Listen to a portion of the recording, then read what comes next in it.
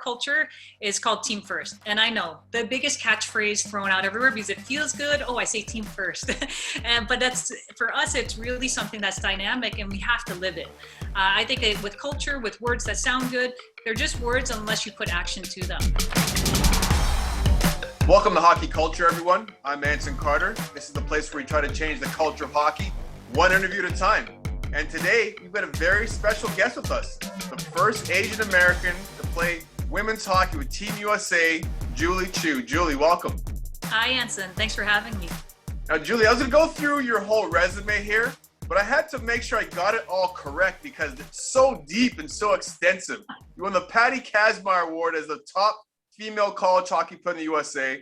You're a four-time Olympic medalist, two-time Clarkson champion, CWHL All-Star, five-time world champion, and parent. I mean, that is a mouthful, but that is impressive. That sounds like Wayne Gretzky-like stats. Very impressive indeed. Well, I appreciate that. I think it's just, it means I'm old, for one thing. And then also that I had a lot of awesome opportunities and people around me to make it possible. So really fortunate and excited to kind of share more about my story and then to continue discussing great things in hockey. Your background and your foray into hockey is pretty similar to mine. We both started playing at the age of 8. In Toronto, that's late. In Connecticut, I'm not quite sure. However, the big sport in Connecticut was soccer. Why didn't you take up the sport of soccer when you grew up in Connecticut, knowing that it was so popular and hockey was not? Yeah, I actually did start with soccer. I think that was one of the really great things is because it was really accessible. I was able to do it. There was a team, a part of my elementary school, so you had all your classmates playing together for the rec soccer team and as part of Fairfield, Connecticut. So I did start with soccer.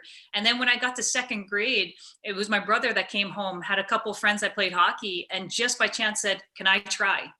So my parents were kind of like, we don't know anything about this. We did just come from New York City. That's kind of where they ended up growing up and meeting, and knew about the New York Rangers, but didn't know anything about hockey. But they were awesome to go to the local rink in Bridgeport, Connecticut, sign my brother up for hockey. And at the time, stereotypically, my sister and I for figure skating. So I was not a graceful kid. I still am not graceful. That is not how I would be described as a hockey player either.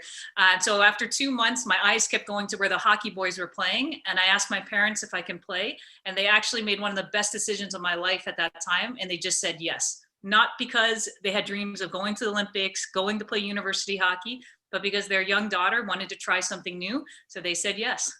So what was it about hockey that gravitated you towards a sport and pulled you away from soccer? Well, I love the team aspect. So I still enjoyed soccer a lot, but there's just something about going on the ice, the freedom, the speed of the game that just, I was hooked. My very first experience of actually doing kind of more real hockey and equipment was my parents went to the local pro shop. Let's suit her up in the stinkiest, oldest hockey equipment, see if she likes that. And I did, and I loved it. It didn't bother me. And then I went out for just a, learn to play hockey clinic. And I think at the time they kind of gave you free space. And all I did was a figure 8 around 2 cones, trying to hit a puck at the same time. And I loved it. So that wasn't even hockey. And I just knew that just being in the ice was my element. And I was fortunate to get a chance to be in a great organization that was supportive, especially at a time where there were no girls playing hockey yet. So what was that like, that experience playing in an all-boys team and not having any other girls in your team to participate with you? Yeah, I think at a younger age, it didn't matter quite as much, just because in a lot of ways, I think the kids do it best. They know how to, you go to a playground and they know how to play with each other, whether they're girls or boys, whether whatever race they're from, whatever background, they just go and they play, and oh, that's your toy, can we share? So it's really similar at a younger age. And I was fortunate when I started hockey at 8, which was back in 1990.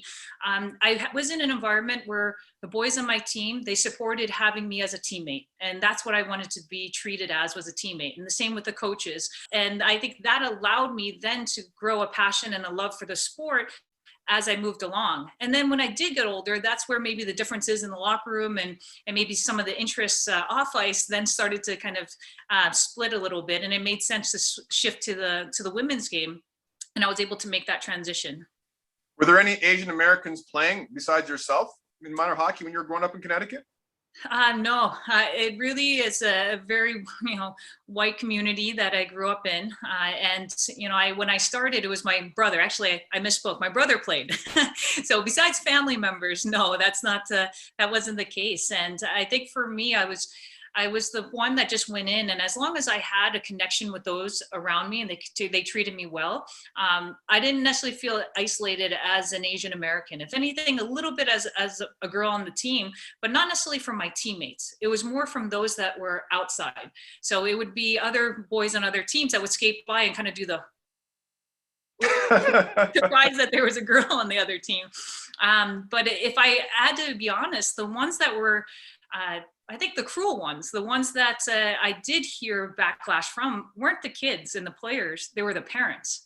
They were the ones making comments about girls playing hockey. They were the ones that were almost looking down at me. And I think that that's a great indicator of how we need to change the culture of hockey and change our communities. Is us as adults have to look at ourselves and realize what we are teaching our younger generation of how to act and how to be by the words we say and the way we treat others. And how did your parents respond to that? Did they give you any words of advice to help you deal as a young girl with these negative comments that are being thrown your way?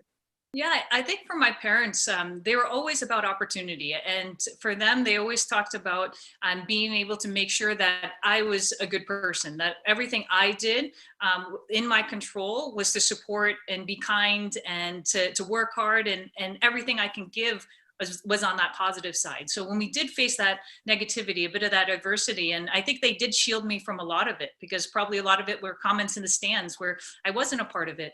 But I think they just gave me a hug and they showed me a lot of love and support in that way. And they didn't make it feel weird that I was playing hockey on an all boys team. And I think that's what was really special, is because I was feeling accepted by those around me. And I think that's what creates great hockey culture, great hockey environments, or team environments. I had some national teammates that had very polar opposite experiences, where player teammates on her own team would actually spit on her in practice because they didn't want her on the team.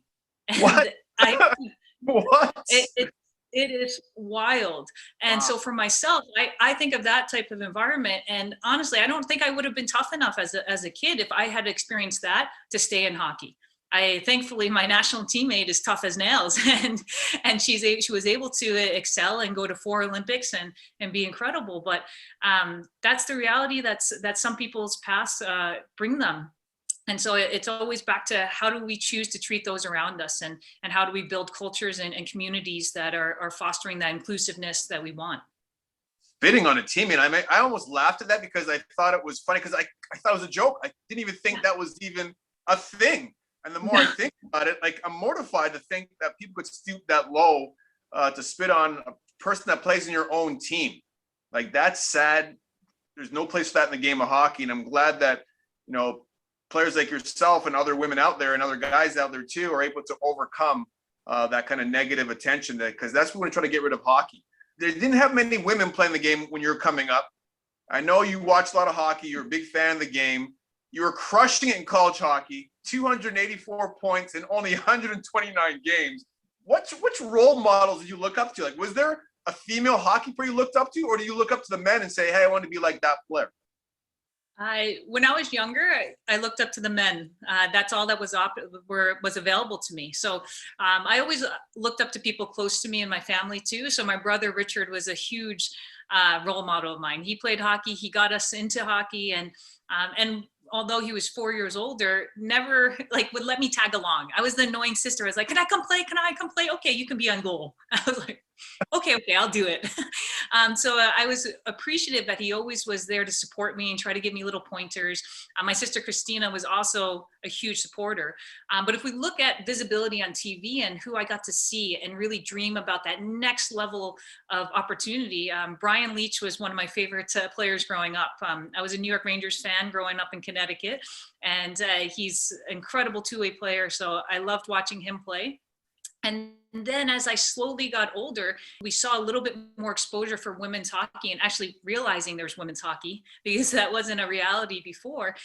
Watching that 1998 Olympic team, that changed everything for myself personally, but it changed everything for the sport of hockey, for the possibility for young girls and women to have an opportunity to dream of the highest level possible, which is the Olympic Games. And that's where Cami Granato became a huge role model and idol for myself. And getting a chance now to call her a friend is unbelievable, because my first meeting, I was like starstruck. Okay, stop, play hockey.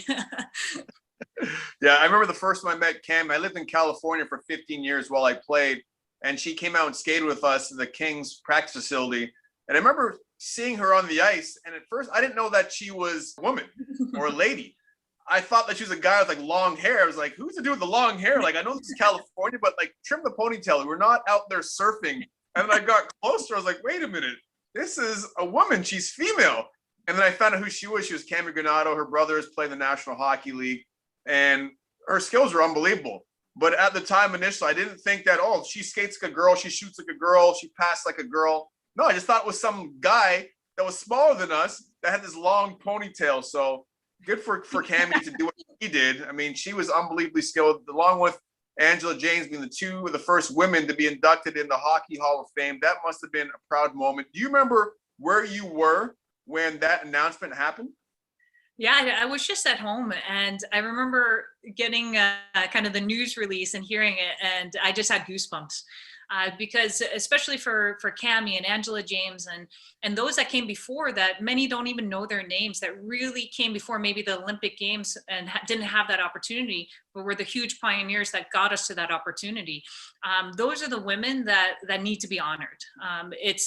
I'm fortunate that I played over 4 Olympic Games and had an unbelievable experience. And but I always think back about, how did I get welcomed onto the national team program? What were those veterans like to me? How did they treat me?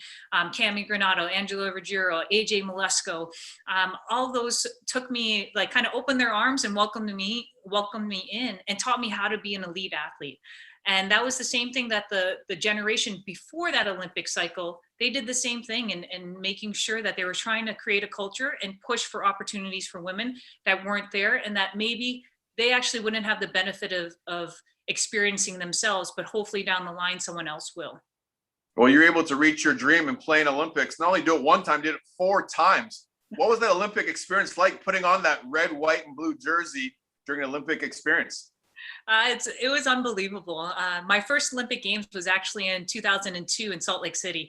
And being the clueless, 19-year-old at the time, I remember telling my family, like, it's going to be really cool, but I wish we were going somewhere abroad. So I had a different experience. And then afterwards, my teammates were kind of like, no, getting a chance to have an Olympics in your own country is absolutely amazing. I was like, well, yeah, Olympics is amazing and this is going to be fun. But when I realized what it actually meant to be on home soil and in the United States, and have so many friends and family have the opportunity to come and be a part of it, since they were such a huge part of my journey to get there, that was really special. So I think that every Olympic Games was a little bit different, from my first to my last, each really special and unique. But one of the constants was my family. And yep. The ability for them to be able to come and watch me play, whether, Salt Lake, Vancouver, Torino, Italy, or over to Sochi, to have them in the stands, that I think for me, that's one of the most important things to have in this process. Yeah, family is everything when it comes to hockey. It doesn't matter if you're male or female, family is so important. I remember those 2002 Olympics very well. I was a reserve for Team Canada, and I was secretly praying that somebody got hurt so I'd get an opportunity to play for my country. It didn't happen. We won the gold medal, but I could totally feel your passion for wearing your country's colors. And you became the flag bearer of the Olympics. So not only you represent your country, you become the person walking through the stadium with your country's flag. I mean, that is the ultimate Olympic honor. When they told you that, what was the first thing that you thought about? What went through your mind? There's kind of like 2 sides of it. One of them is, we're so used to being in a team sport, and our success is team success. And even if you get if someone gets an individual award, it's still surrounded so much by the team. So in a way, I felt so weird about it, because closing ceremony, you're the solo flag bearer and your teammates are walking in at a different time than you. So I was like, this is a little strange. But at the same time was so incredibly humbled, because the opportunity to represent my country to carry the flag, which is a huge honor and something I believe strongly in, but also to understand why I also love the Olympics. Yes, I cheer for Team USA. I'm a proud American. I want to win an Olympic gold medal. I want to be the best I could be. But I also love that at the Olympic times, it brings people from all different walks of life, different cultures, different nations and sports together to celebrate how we're actually more alike than we are different. Even if we're competing, it's the respect that we can show each other within that realm. And that's why having that opportunity was so special, because I was standing amongst the other nations' flag bearers that were also honored with that. I was around people, I was the Canadian flag bearers actually, which was really cool. But also a lot of countries, we couldn't speak to each other, but we looked at each other and we waved and we smiled. And there was this mutual respect without language, which is really special. Team USA just won a gold medal 2018 at the Olympics. It was amazing. We both know a good friend, Megan Duggan, was on that team. But before that, prior to that Olympic Games in 2017, I believe in Michigan, the first time World Championships were being held on U.S. soil, the women had to almost boycott those games before defeating arch nemesis Canada in overtime. And what does it say about women's hockey, the fact that they're willing to sacrifice it all and not play in the first games ever here in U.S. soil in order to get a fair deal moving forward? Yeah, no, absolutely. I always say that was actually one of my proudest moments as a female hockey player, because of what the girls were willing to do, what they were willing to give up for the future of the game. And Megan Duggan, as you talked about, is one of the best ambassadors and captains I've been around. Like, she is a competitor in every sense, prepared and passionate, articulate, and she was a huge driving force along with a lot of our veteran players there. But it was heading towards the end of her Olympic cycle and her national team time as well, potentially. So it was very possible that would have been her last opportunity to play a World Championships on U.S. soil. And it was actually the second time, because 2001 was the first time. To think about that, if you step back and you realize that these young women and strong and passionate women were willing to give up this opportunity, our Stanley Cup for that year, say, that's a lot. That's a lot to ask, but they were all willing to, because they believed that change needed to happen. And they believed that in order to do that, they had to make a bold statement and to be able to try to move the needle. And it definitely, it did, it worked. And was it hard afterwards and mending, some of the relationships within USA Hockey because of it, or in the community, and understanding why it needed to be done? For sure. Anytime we have disagreements with friends or people that we work with, it takes a little time to build that back up. But it has created some good change as we're starting to move forward in the future of hockey. And you and your wife, Caroline Ouellette, you guys are both team captains for USA and Canada. That's like the Capulets and the Montagues from Romeo and Juliet. Both those countries do not get along. How did you guys end up getting together? And talk about your family life, because now you have two young daughters that you're both raising. Yes, fortunately, neither of us were the ones that got a ton of penalties, because if we were the enforcers on the team, or, we exactly know which ones that the other team doesn't like, and they don't use choice words to describe those players. We were fortunate not to be those types of players, but I also believe that on the women's side, there is this understanding and this acceptance of who we are. And it was important for Caroline and myself also that we didn't allow our personal relationship to go within our team environment and disrupt kind of the loyalty we have to our teams when it's time to compete, when it's time to play and be a part of our teams. We want to be all in, and we want the trust of our teammates that they know we're all in, and this is what we're there for when we're competing at a tournament. It doesn't mean that's if I pass her in the hallway, I'm going to be like, I don't know you. Like, that's not how I'm built, regardless of whether she was my wife or not. It's more so along the lines that I'm very fortunate that I have someone in my life that knows exactly what I'm going through, and same thing, I know what she's going through, having been an elite athlete and then transitioning out of that into the coaching side. So we have an incredible connection and respect in that way. And we were really fortunate that our two organizations, our two teams, that they knew about our relationship and they supported us because they also knew what we were about and what we believed in and giving our best to each of our teams. So that was really special. And now we have two daughters, 3.5 and 10 months. So they're winning right now currently. And hopefully at some point the moms start to win again against them. But it's been a really fun journey together and a lot of really great things ahead as we currently coach at Concordia University together as well. Yeah, how's that going, coaching Concordia? Like, who were some of your role models as coaches? I used to drive coaches crazy, and they used to drive me crazy too. But I thought if I ever became a coach, I would take a little bit from Pat Burns, some from Barry Trotz, some from Ron Mason, my coach at MSU. Who are some of your role models that you've kind of piggybacked off of and sort of used that to influence your coaching career so far?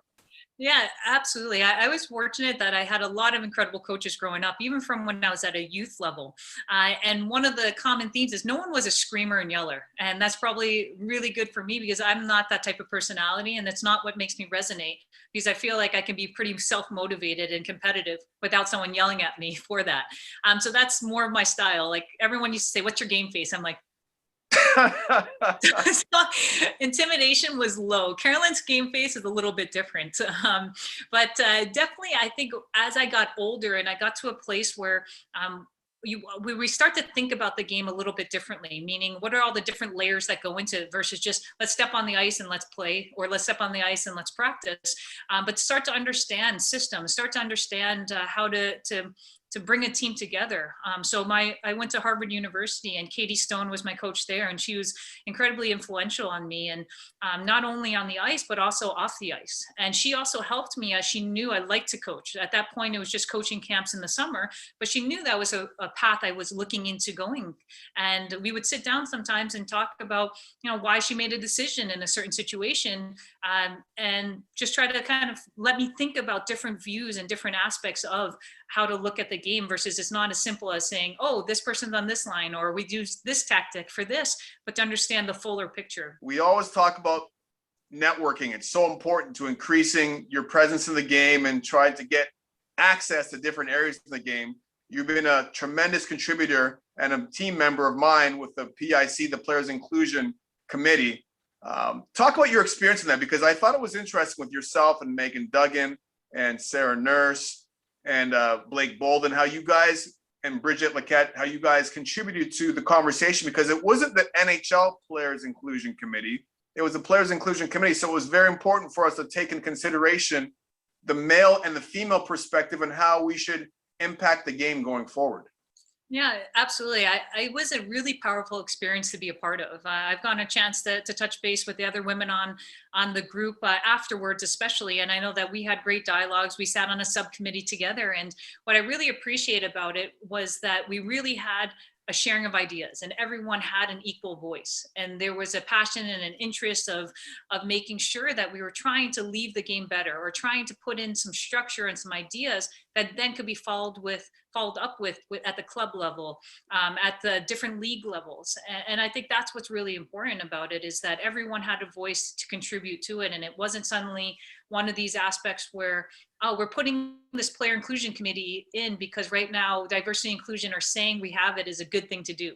I wanted to really make sure that if I was involved with that group, it wasn't just a rubber stamp, we're doing it to do it, that it was to try to create positive change. And I think that's one of the things I really took out of it. Yeah, one of your things that you're super passionate about, I remember, was coaching, because obviously you're a coach there at Concordia University and working closer with the National Hockey League's Coaches Association and trying to make that more diverse, trying to create more access for women and people of color. Talk about some of your ideas for that and why you think that's important. And not just to coach the women's game, but also to coach the men's game too. I think there could be some cross-pollination between both male and female hockey when it comes to creating ideas and creating that diversity among coaches.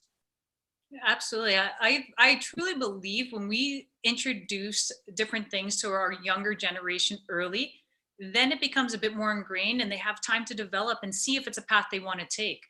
So one of the things that we're really proactive about is giving opportunities for our current university players to be able to coach. We have on non-COVID times, we typically have a hockey school that they run. So our players from A to Z, they take care of it. They practice plan, they staff it. They're the ones that are figuring out how to adjust groups and everything. And it's been really fun to see their leadership blossom and grow out of that. And what's also great is they might do that over their university time of their 4 or 5 years playing at Concordia. But when they graduate, we're actually having quite a few of our players that are now coaching in their local communities, whether it's in the girls or boys program. One of ours just opened up a hockey training facility, and she was initially a psych major. So I think what's really great is when we introduce opportunities early, and that's really what it is. When we give opportunities for different individuals and people to try something new or try something different, then it really opens doors to possibilities. You're talking about a psych major too. When you think about coaching, like you're part motivator, you're part psychologist. And sometimes there's some strategy that gets involved with that, with how you have your players positioned on the ice and who's on the ice. But 90% of it is understanding what makes your players tick. Like you said, how you're a self-starter. I was the same way. If a coach was kicking and screaming and try to get in my ear, I'd shut it down in a hurry. But if you let me be and let me do what I had to do, I was the first person on the ice, the first person in the gym. I got my work in, and that was all that had to be said to me. So I agree with you, being a psychologist or part psychologist. And now you're probably realizing as a coach now, that part of the coaching aspect of it is so important. It's huge. We often try to give as much space and for our players to really give feedback to us, to be able to have those conversations, the individual ones, the check-ins. We do a lot of hockey. We love hockey. I love watching hockey, breaking down hockey, individual video sessions, and those are important. But we always kick off every individual session with, how are you? Everything's good with your family? Are you doing well? Because you have to check in on the person first. We all have to be in a good place before we can really give to everyone around us or give our best. So that's really important, especially for our student athletes that are balancing a lot of different things. They're balancing being the best athlete they can be, managing their schoolwork, and some are in science programs that are really difficult, and they send me their class schedule and I'm like, that's a lot of time, but it's a great thing. It allows them to be committed to these different things. And for our team, a lot of them also work on top of that. So I have the utmost respect for our players that are making the commitment to be student athletes at the university level, knowing that they have an extra 20 to 30 hours a week less than, the non-student athlete to be able to accomplish their schoolwork. But they put the effort in. And so with that, it's kind of our responsibility as coaches to make sure that we're giving them every resource possible to be successful. And for us, it's building a culture where they feel supported, they feel loved, and they feel like they can grow even through the tough times as well as the great times. So it's a really fun part of coaching that I really enjoy, and why I enjoy the university level, because we have that extra time to focus on the personal development of them as people and how they can be great citizens in our community ultimately. Well, the NHLCA Coaches Association definitely has to have you come on board and be a guest speaker, because a lot of NHL coaches need to hear exactly what you just said. It's about the person first and the player second. And you know what? NHL players, and I'm sure women hockey players the same way, you could sniff out the coaches that don't care about you as a person. They only care about you as an asset for the team, and that's it. And when times get tough, when you know that coach doesn't really care about you, are you really to go through the wall for that coach? Probably not. And I've seen it time and time again. I watch TV now, and I'm an analyst on television talking about hockey, and I can see the players that really believe in their coach because that coach believes in them as a person first. And teams always ask themselves, or people always ask about these teams, well, how's this team overachieving? On paper, they shouldn't be that good. Well, that's exactly why. They're going to go above and beyond the call of duty based on their belief their coach has their best interest 100% of the time. Yeah, absolutely. And one of the things for us, like our culture is called team first. And I know the biggest catchphrase thrown out everywhere because it feels good. Oh, I say team first. But that's, for us, it's really something that's dynamic and we have to live it.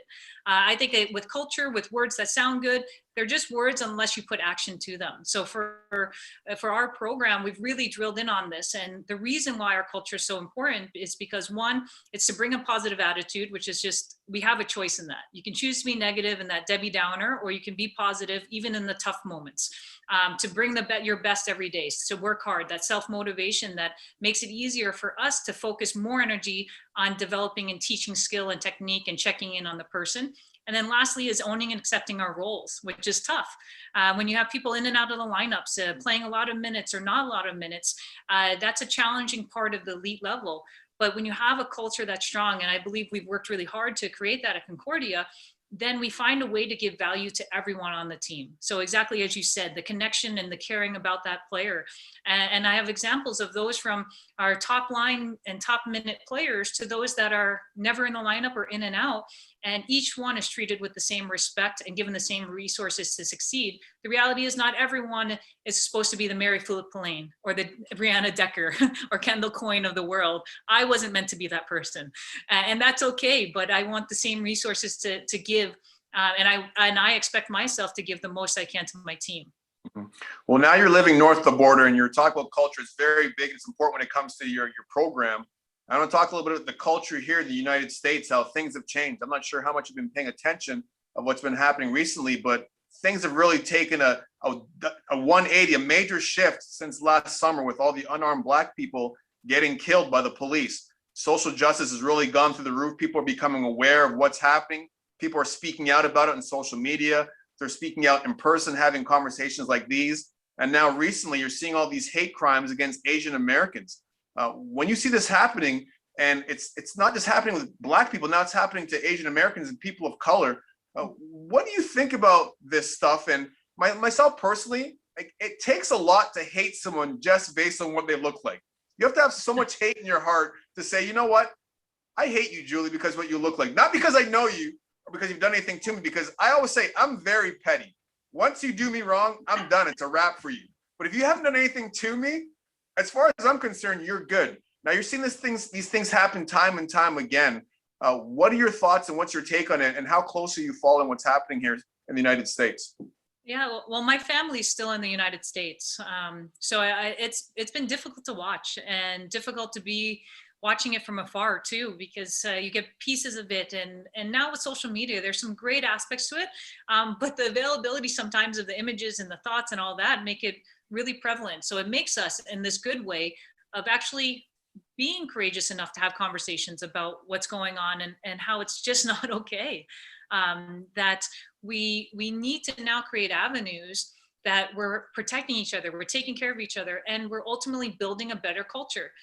Like, we're in hockey because we love hockey. We love the sport, we love the competitiveness and all those aspects to it, but we love, for at least like for myself, I love that team atmosphere. That's why. And so how do we interact with people? And we've had teammates that we don't get along with as well as others. And you probably have teammates you fought with like brothers, and I fought like with sisters. And it's just how it is at times, but you still have this mutual respect. And I think what has been disheartening to see in the States currently that was happening was such a divide, whether it's between political lines or for different things, but there's a divide. And that divide has created hatred versus trying to understand each other better, trying to see the differences that we have as something that we can actually celebrate or actually deepen our understanding of one another to see how we can work together.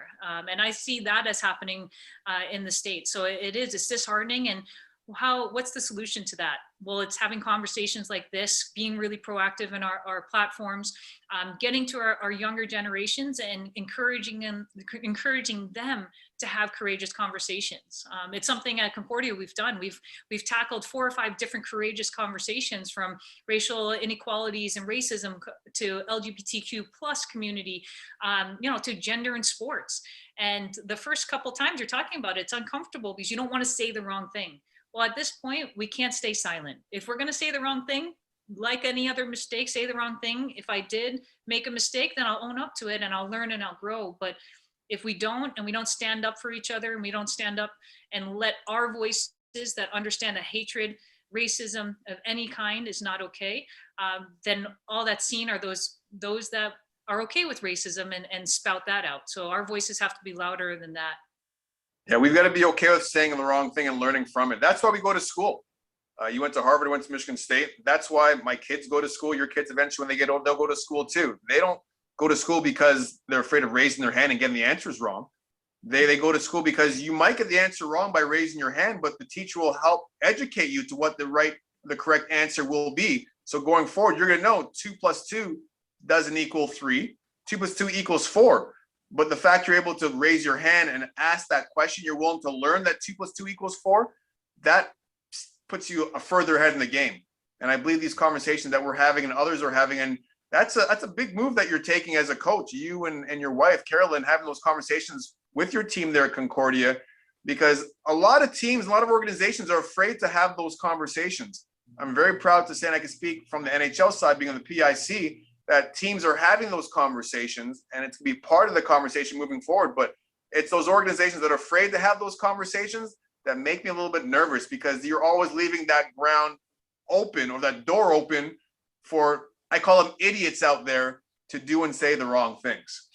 Absolutely. And I also think sometimes the silence, even if you might feel like it's wrong and you want to speak out but don't know what to say, sometimes that silence maybe reaffirms that it's okay. And we don't realize by not speaking up, we're almost saying it's okay, because we're letting that be the final word, the act of racism or hatred be the final word, versus speaking out against it and realizing, no, it's not going to be okay. We're not going to sit back. And it's not easy. And I also, I was really appreciative of the PIC and those conversations. And I love to hear that those conversations are being had at the NHL club level and amongst players, and hopefully the administrative staff as well.